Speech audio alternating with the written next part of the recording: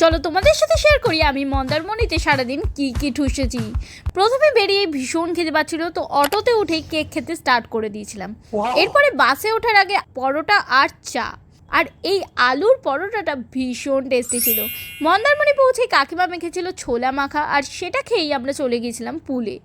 এরপর লাঞ্চ করতে চলে গিয়েছিলাম, আর সেখানে নিয়েছিলাম ফিশ থালি।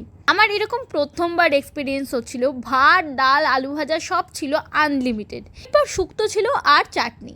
ও মাছটা তো দেখাতেই ভুলে গেছি, কারণ মাছের ধ্বংসাবশেষ পড়ে আছে।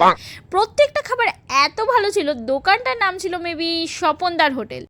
এরপর সন্ধ্যেবেলা চলে গেছিলাম আমরা বিচে। সাথে মন্দারমণি বা দীঘা গেলে এই পটেটো টুইস্টারটা তো খেতেই হবে, বাট এক্সপেকটেশন মিট করেনি আমার। ভীষণই ব্লান্ট ছিল, কিন্তু কলকাতা থেকে একটু আলাদা দীঘার ফুচকা। আলুতে পেঁয়াজ থাকে। এরপর আমরা নিয়েছিলাম চিকেন পকোড়া। সব খেতে খেতেই ডিনারের টাইম অলমোস্ট এসে গিয়েছিলো, তো রিসর্টে এসেই ডিনারটা অর্ডার করি। আমি আমার জন্য ফ্রাইড রাইস আর চিকেনের একটা আইটেম নিয়েছিলাম, সেটাও খেতে বেশ ভালো ছিল। ওভারঅল সেদিন খাওয়ার এক্সপিরিয়েন্সটা কিন্তু ভালোই ছিল।